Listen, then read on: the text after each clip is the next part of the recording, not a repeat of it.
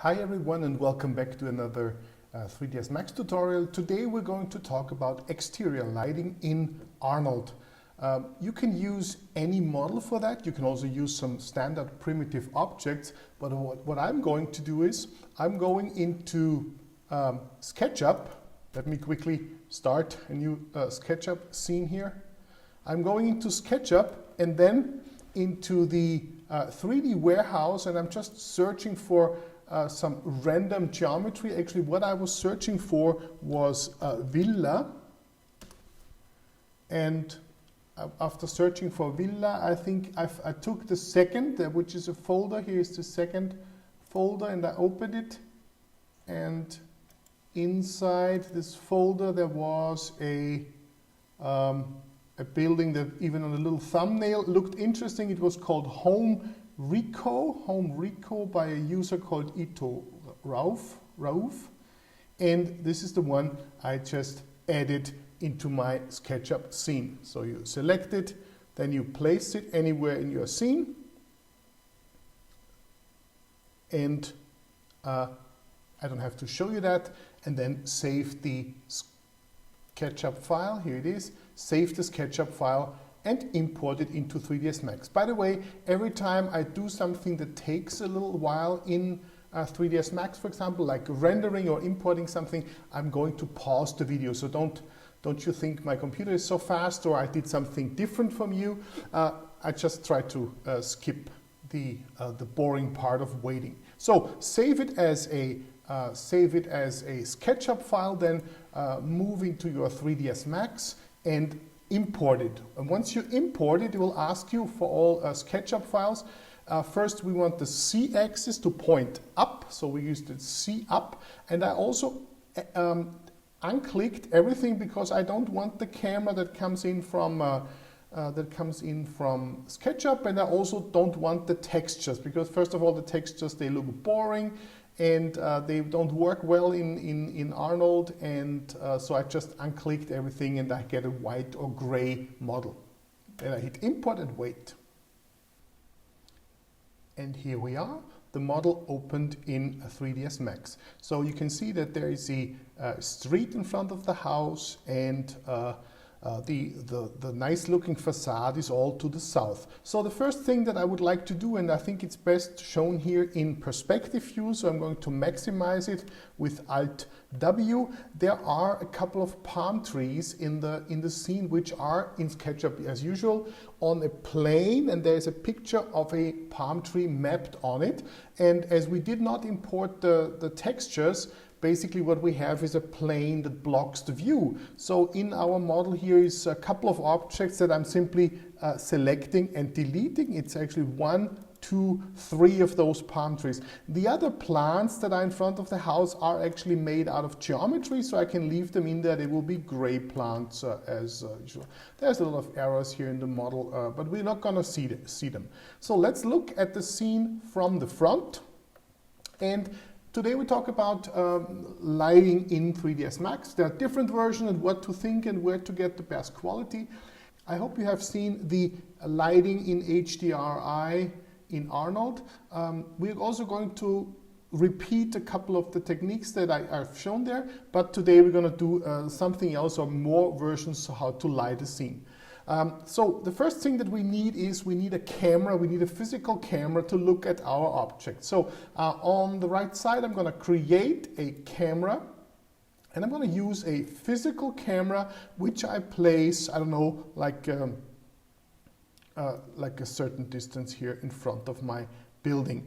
Also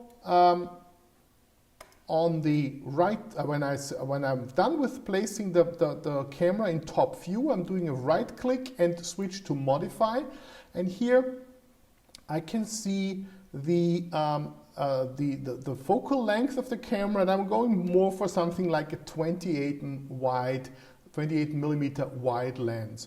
By the way, if yours looks different, here in the Scene Explorer I have unclicked the geometry because I mostly will deal with lights and cameras.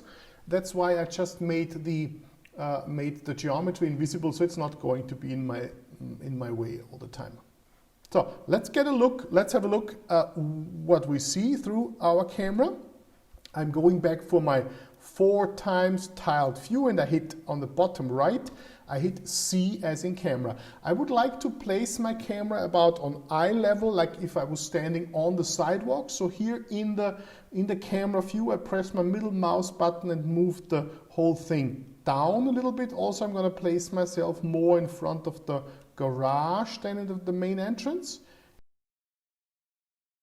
And now I'm also going to select the target of my camera and move it up a little bit. I know this is something that you shouldn't do. You should never look up with your camera because the vertical lines will get perspective then, but I'm going to fix that right away. So select the target, and in any front side or perspective camera view, then use move to move up the target. So till your building is about in the center of your picture. So I'm looking up with my camera now. That means that the perspective lines do vanish to the center, and that's why I'm going to fix that. And that is an option in the camera itself. So select the camera, go to modify, and somewhere here, usually it's closed here.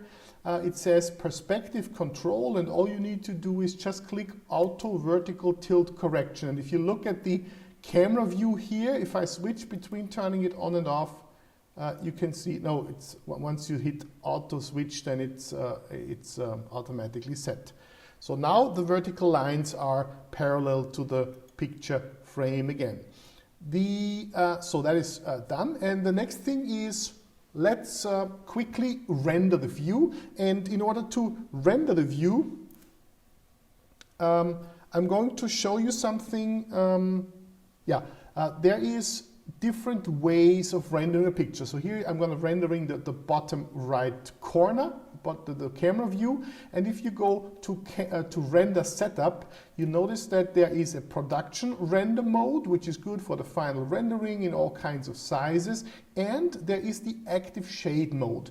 And for lighting, actually the active shade mode is quite handy. When it comes to modeling and to material changes and so on, I don't prefer the active shade mode, but for lighting, for getting the initial lighting setup, it's quite good, it's quite fast. So you choose the active shade mode. Of course, active shade mode should also be the Arnold Renderer.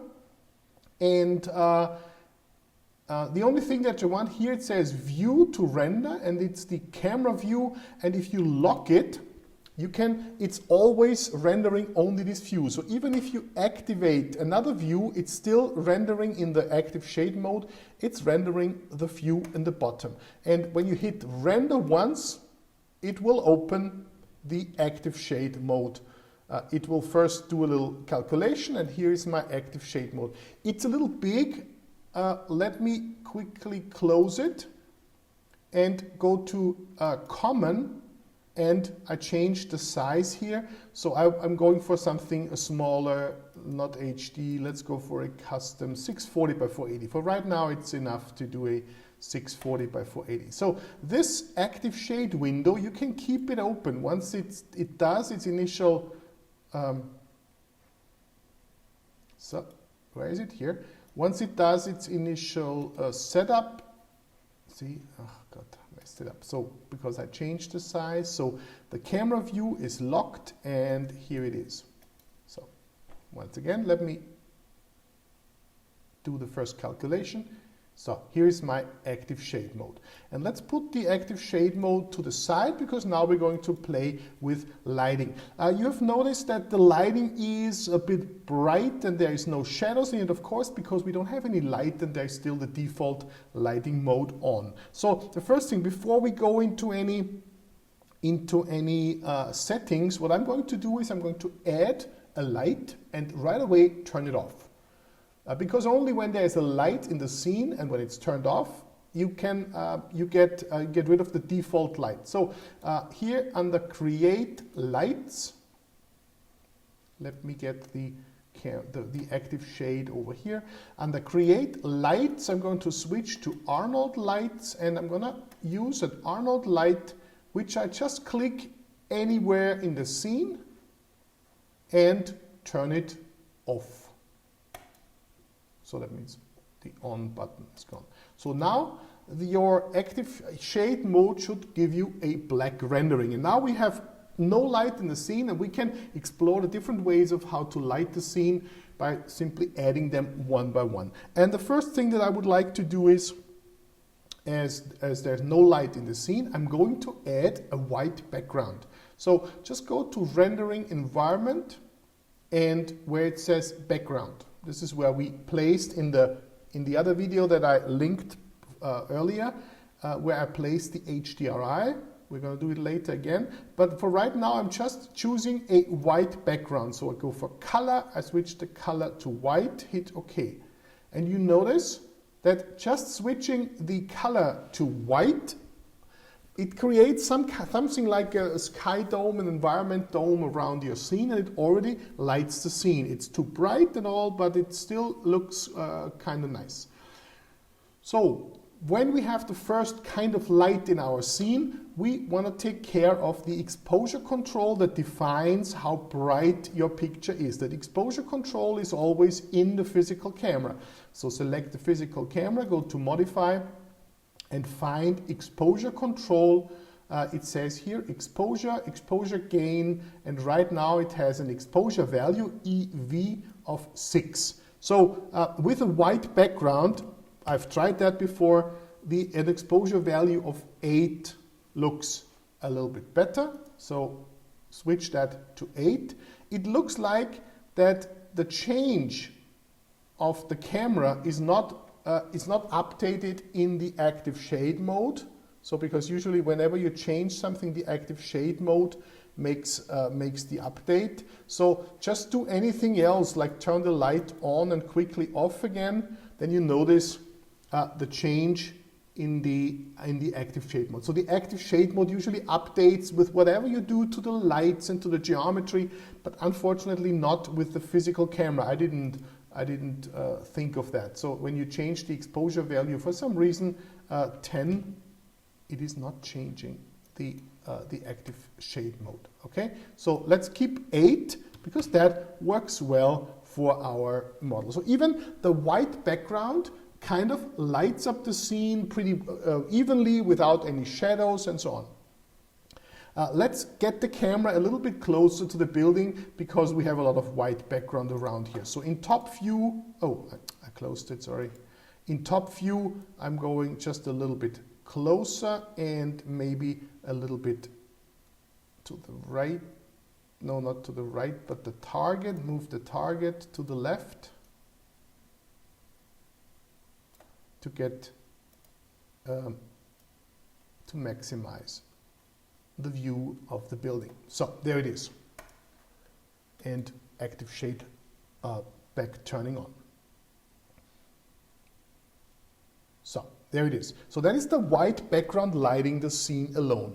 Let's check out what happens if I don't use a white background but something else. And this is the point that we have tried before. So rendering environment. Here's the background.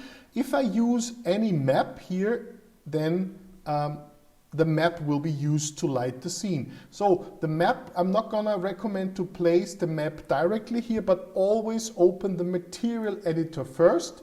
And in the material editor, put the picture in here, and then drag it over into the map. So let's do it not with an HDRI, but with a regular environment map.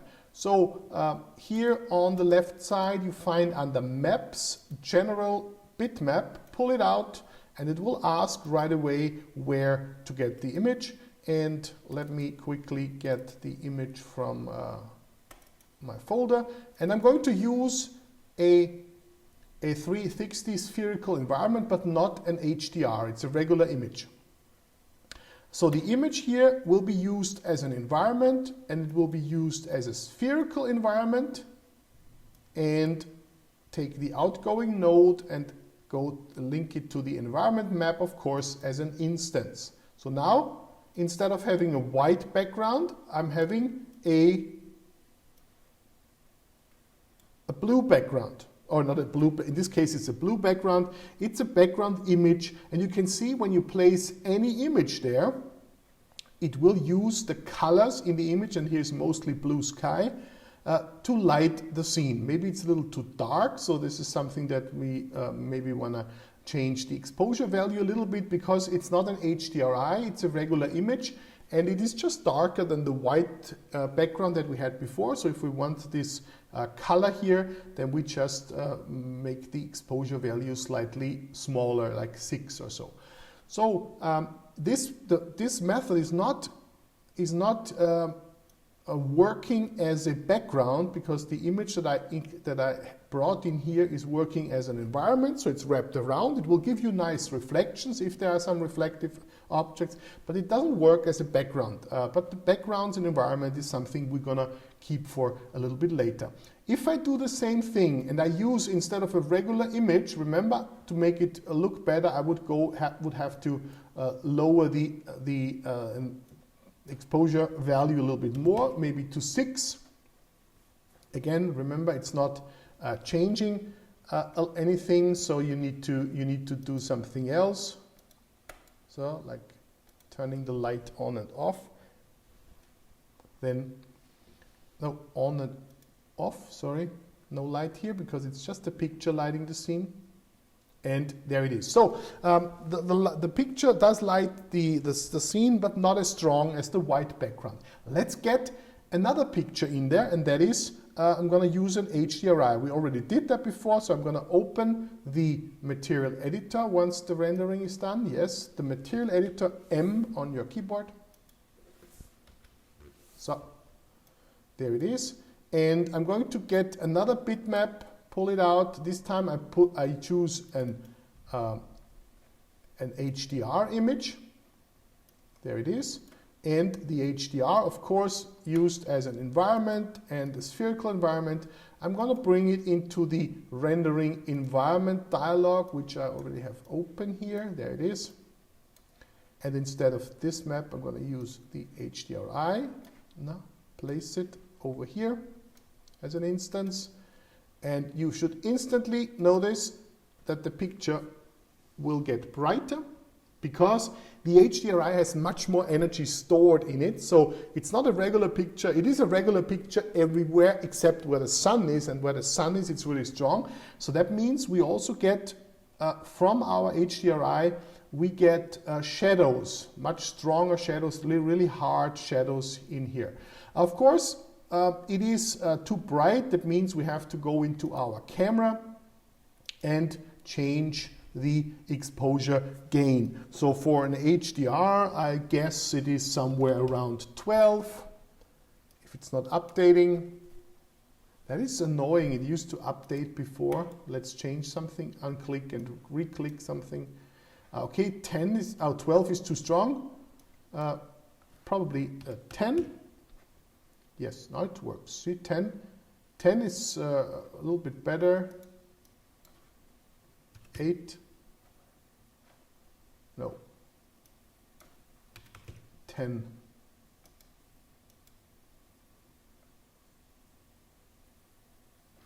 Okay, so maybe 9. So there it is. 9 works kind of okay. A little too warm the color, but that is fine. Okay, so that is the HDR. The HDRI, again, there is a video where you I can show you where how to change the direction of the light and so on. But you get really nice shadows, plus all the light mood from the image that you choose from the environment image. Again, as a background, it's not working. That's it for the environment map, and let's do something else. So we tried the white background, we tried the any picture in a background, and we tried the HDRI to light the scene. The next thing that I would like to do again is go back to a regular white background, to a regular white background. So all I need is either unclick the use map or do a right click and clear out the map. So we are back to our white background that lights up the scene. The next thing is I would like to show you is we are using the light that we already included. So here's a light, and the thing is, in Arnold, light only has one light type, and whatever light you want to use, for example, a direct light that works like a sun, or a spotlight that more or less works like the lamp here in the background, and so on. So all those lights, or a light plane like we have right now, a quad light, or a light dome, it's all embedded in one light. So the one light that we have added here under modify has a light type, and here are all the different ways. So we have a point light, it's like a light bulb on a wire. We have a distant light coming with parallel light rays. We got a spotlight like a torch light, something. A quad light is a plane, or a disc is also a disc of light. We got a light cylinder, a light dome, and this is what we're going to use now, the light dome. You also can make any geometry light with mesh, and photometric light. You can use IES lights for interior lighting mostly. But this time we're going to use a light dome. And don't forget to turn it on. And when you use a light dome, you can place the light dome anywhere. So wherever it was before, that's fine. You can place the light dome anywhere. And you can see right away that the picture is totally white, because for our light dome, the exposure control of the camera is not strong enough. That is made for a picture or for a white background, which is a very low exposure value. So select your camera and change your exposure value for the light dome. And the light dome is quite strong, so you need a quite high exposure value. So I guess it's more towards 15 or so. Again, the annoying part, why is it not updating? That is the only thing that is really nice. Oh, it is updating. Maybe it just takes a while. So there it is. Our light dome lighting up the scene with an exposure value of 15 I had in the camera. So exposure value for the camera is 15. The background is suddenly black. That means it's not totally black. It is a little bit gray. So we are using the white background, but with a very strong exposure control, the white background is actually becoming dark. So if you want to have a white background here, because the light dome is actually white, what you can do is in your Arnold light, you can choose light shape visible, and it's really a light dome that is all around your scene. So if you make it visible, basically you have a white background suddenly, and there it is, light shape visible, your white background. I quite like the style of the image here, because it's a very evenly lit. There are some darker parts in here, almost like an ambient occlusion pass. And that is the. Now it's about time before and let me quickly zoom into something. So if you roll into the rendered image, what you can see actually is all the low quality settings here, and that is called noise. So right now we have the Skydome from the Arnold light, and it produces a lot of noise. So let me quickly show you where you can get the better qualities. And I think it is best if I show you this not in the active shade mode, but in the production render. So I'm now closing my active shade mode and switch to the production renderer. So open render setup and switch here to production renderer. Make sure you either select the right one and the camera view and choose the camera view here. You can also lock it there, so it's always rendering the camera view. The quality settings, let me quickly render it first without any changes. So hit the render mode. I'm still having a little bit larger image, so it takes a couple seconds.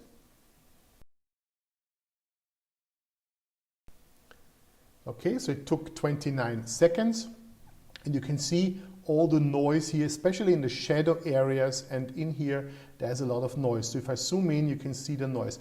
You can easily compare two images with this button here that says Clone Rendered Frame Window. That kind of makes a clone which will not be changed if I render it again. And this is what I'm going to do. I'm going to render it again, but first increase the settings. Remember, 29 seconds took the first one. And here is, if I go into the render setup and into Arnold Renderer, these are the most important parts for the quality. It's about undersampling and oversampling. So basically, very general, for the image, for every pixel of your image, Arnold Renderer is looking at different, more than once actually for every pixel. And that's called samples. So the more samples in general, the better the quality for all those light related settings are. We don't need to increase everything. What we want to increase is the first two values, and that is the camera AA. AA stands for anti-aliasing, yeah, how to pronounce it, aliasing. And the camera AA and the diffuse, the samples. And I would say it is something, if it's really good quality, do it to increase it to 5 or 6. So in this case, let me go for 5, and also the diffuse samples to 5. And here's one more thing, that is ray depth. In general, if a light ray hits the first surface and it bounces off, in this case, the diffuse light coming from all kinds of diffuse lights or already bounced off once is only bouncing once. That means, especially in very deep geometry areas, the light might not go in that well. So usually I increase it to 2, or if it's an interior rendering, I increase it to 3. But for this case, for this exterior, 2 is enough. So 5, 5, 2 is a sampling rate that is quite enough. And let's quickly render it one more time and look at the time and the quality.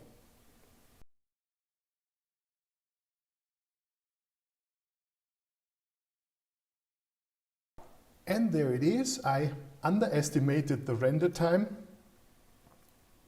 It took, it says usually down here, 4 minutes and 30 seconds. And if you compare the two, the initial settings with -332, and I increased it to 5.5. So here's the before and after, and you can see right away that all the noise that was here underneath the roof and also in the little cavities in here and underneath there, it's all gone. So this could be the settings for a final rendering. If you go a little bit higher, maybe till 6, you will get a perfect rendering. But here's one more thing. So that is the settings. I will go back, of course, to the quick ones because I'll just do some quick renderings. So if you want this to be your final rendering, of course, you would choose a larger output size, like 4K or so. But you could also go in the render settings, increase those maybe a little bit more to 6.6. That is enough. Not only the render at the Arnold Renderer has samples, and let me get that back to the initial, that is 3, 2, and 1. So as soon as I have to render one more time. But also the light has some samples. So if I would do the final rendering just with all the settings that we have right now, I would also select the Arnold light, and here on the right side, the Arnold Skydome. And here on the right side, you can see rendering samples. And here it says 1. And you hold your mouse on it, you can see the quality of the noise in the soft shadows. So all the areas where we had the initial noise, and that is something that we also would increase, but not to 2 or 4. I would probably go to more an 8 or 16 as samples. That does not influence the render time so much, but it influences the quality also. So let's quickly try it. Remember, I went back to the initial settings. So if I now hit render, it will generate some noise in rendering in about 25 seconds or so. 29 seconds. Here it is with all the noise that we know where it was in the garage door and inside the dark spaces. And now if I select my Arnold light and increase the samples here, and I'll go for something like 16, that is plenty. Again, I'm going to clone the frame and hit render one more time, and let's see how long it takes. it increased the render time from 29 seconds to 37 seconds, so not a lot, but also the noise is not gone. So if you compare the two, there's not much of a difference between the 37 seconds and the 29 seconds. So this is more or less something that you want to do in combination with the change to the render settings. So when you increase the render settings for your final rendering, also you want to increase the samples here. Okay, but again, I'm going back to the initial 1 samples there. Good. So much for the render quality. So, but we're gonna stay to our preview quality. I'm even going back to the active shade mode, because the next thing that I would like to show you is all better done in the active shade mode. So I'm gonna switch the target rendering to the active shade mode and hit render. Then it will pre-calculate it once.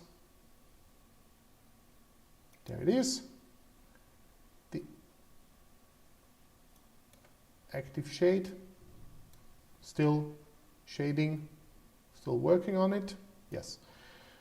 And now, the thing is, on the Arnold Skydome, if we go to the right side, remember we have the light shade visible, so we get the white background. The color of the Skydome is white, but white in a sense that it is just using RGB white as a color. Here are different ways to adjust it. So there's also some presets.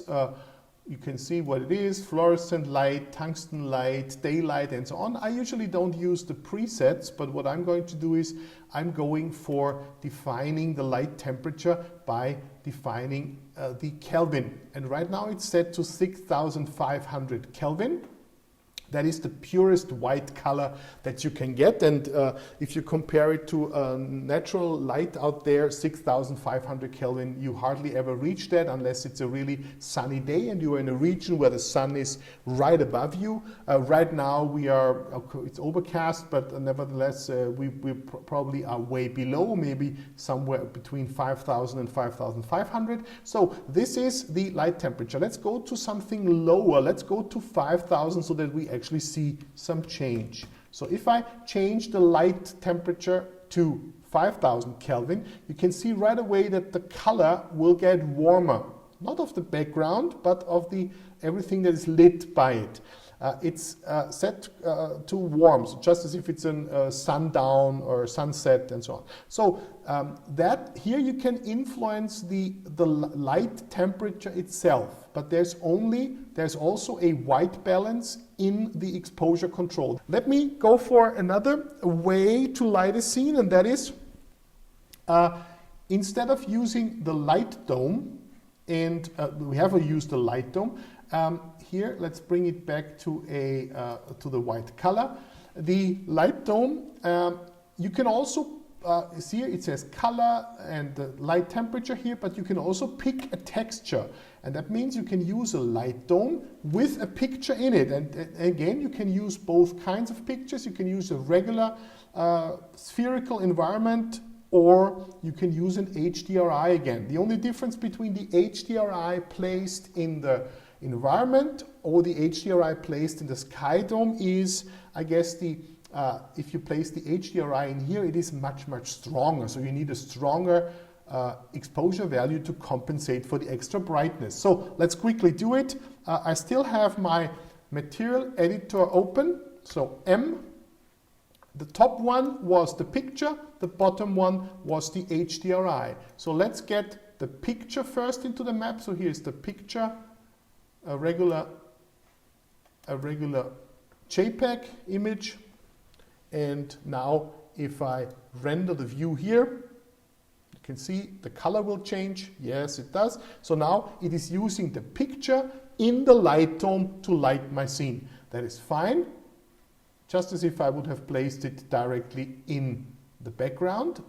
And now I do one more time, I bring the HDRI and put it into the texture of the Skydome, and there it is. One more time running. Of course, it will be over bright. So yeah, here it is, a little over bright. It has all the shadows in it. I usually prefer this method instead of bringing it into the background. So, because then I can put something else in the background if I want, if I can just turn it, the background off. Let me show you that. But first, let me go to the camera and increase.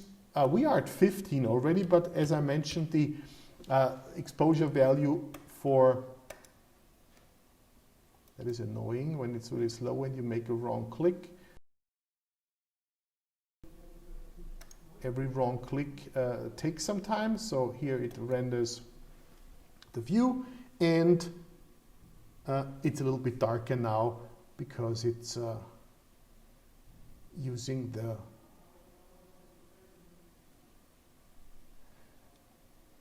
now I know why it did not change, because it did not take the white balance, because the white balance was in the camera set to 6500, so it's pretty warm here. But now if I change the temperature, for example here in the camera, to 5500, you should see that right away it will get cooler.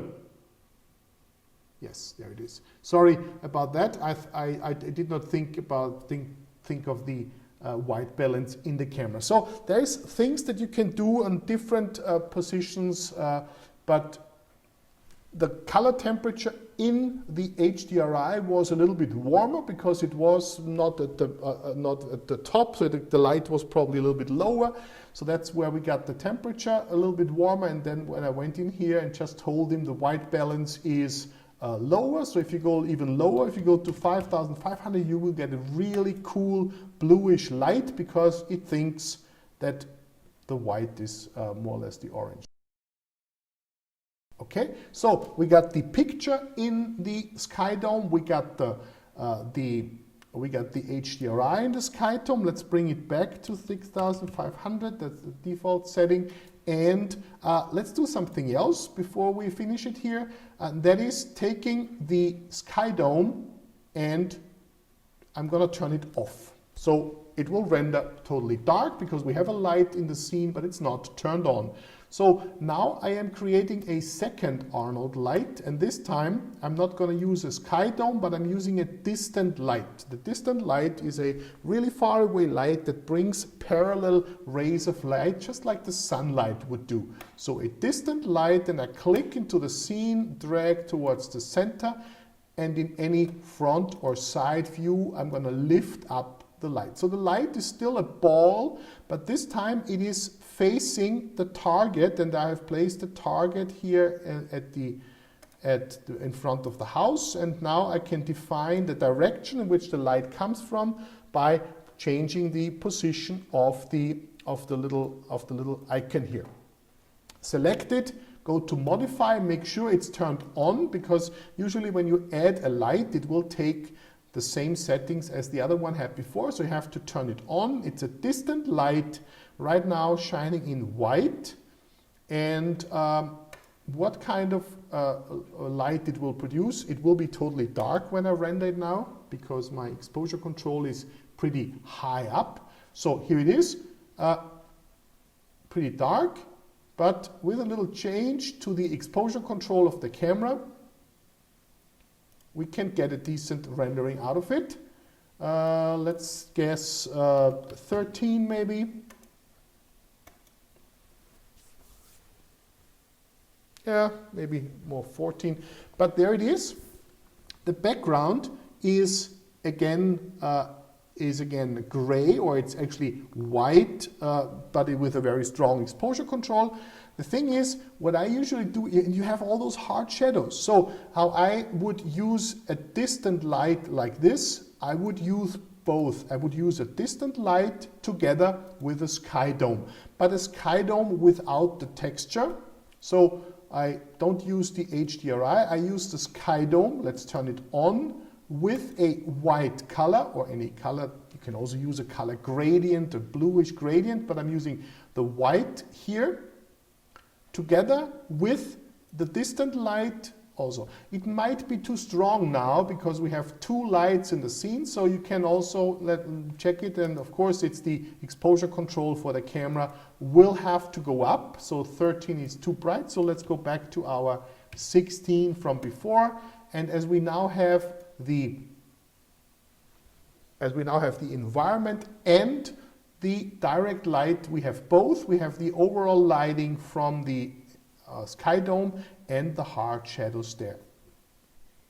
Okay, so and now you can play with one stronger and one weaker. So first you set your exposure control so that the overall brightness is fine, and then you can go in here, select one of the two things, so you can move it to anywhere, so let's move it here. So here is my Skydome, and the Skydome also has an intensity, and those two intensity values, if you go for intensity, and when you hold your mouse on it, it will explain what it does. So here, hold your mouse and wait a bit. The intensity controls the brightness by multiplying the color. So basically what it does, it takes 2 to the power of 8, so that's 2 to the power of 8 times 1, and that is 256. If I increase the intensity to 2, then it's 2 to the power of 8 times 2, that's 512. So you can either increase the intensity, like it means twice as much if you double it, or, let's go back to 1, or you can change the exposure from 8 to 9. That makes 2 to the power of 9, and that is also 500. So 2 to the power of 9, that's also 512. Okay, so to the 10, 1024, and so on. And that will increase one of the lights. In this case, I would not increase the Skydome a lot. I would rather go to the Skydome and make it maybe 2 to the power of 6, so lower it a little bit.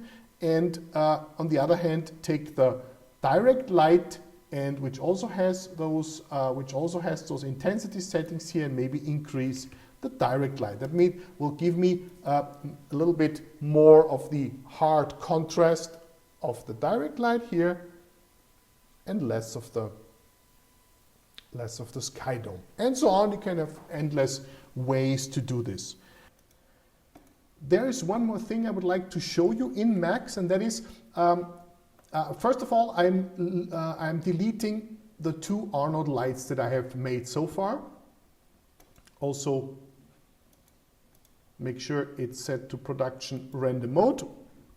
The last way to light a scene is to use a special light, and that is not here under Arnold's lights, but under photometric. And under photometric you will find the so-called sun positioner. With the sun positioner you can create the sun at different locations, at different dates and points in time. So you go to sun positioner, click anywhere in the scene, drag the compass here, then let the mouse go, and don't rotate it if, oh no, north is up, so I'm going to rotate it so till north points up, and then I am defining the distance for the sunlight. It doesn't matter how far the sun is away, it is just make sure it is above the whole model. And this is that is my sun position. If I now go to modify, my sun position is made out of a sun and an environment, and on the right side here you can define the position and brightness of the sun by date, time and location. And let's go for the date, time and location. Here's the location on Earth, and I am in not North America, I'm in Europe, and I'm somewhere here close to Vienna, Austria. Today is the 21st of, no it's not, today is the 3rd of December, day I always remember, and it's about noon or maybe 1 o'clock. In Austria, this is the sunlight in winter is really low, so that defines the orientation of, not only the orientation of the sun, but also the brightness and the background. So if I render this picture now, you will see that there will be some sunlight and also a colored background, and Max also crashed. What a nice end for this tutorial, a crashed Max version. Everything goes wrong today, and I haven't saved it. Let's quickly start it again. I can show you how to get back the AutoBack version and show you again the sun positioner. Okay? Please be patient. And here we are. So how to get your auto backup back? First of all, I would just browse for it. So the location is usually on your user directory on your computer. So there is, let me quickly search for it. Mine is under drive C, and then there is user, and then there is my user, and then there is a Autodesk directory and a 3ds Max, and then there is a documents, and then there is a 3ds Max one directory. So mine is on drive C, user, then my user, then there's documents, and then there's a 3ds Max 2021 user, and here we have AutoBack. And in the AutoBack directory there are 3 files. Usually every 5 minutes it will be saved. The crash was at 1:20 p.m. so that it would be 1:18, so 13:18 was the last version. So I'm going to take this and bring it in and open the file. Hopefully that has everything we need. And there it is, right before I inserted the sun positioner. Yes, the sun positioner is not there yet, so create lights, sun positioner, click and drag the compass, define north and drag the sun distance, then go to modify, change the location to Europe, and the date was the 3rd of December, maybe didn't like that, 1:00 p.m. and here is my rendering. Of course, maybe I have to adjust the exposure control. No, that looks fine. Let's see if it renders without crashing. Yes, it does.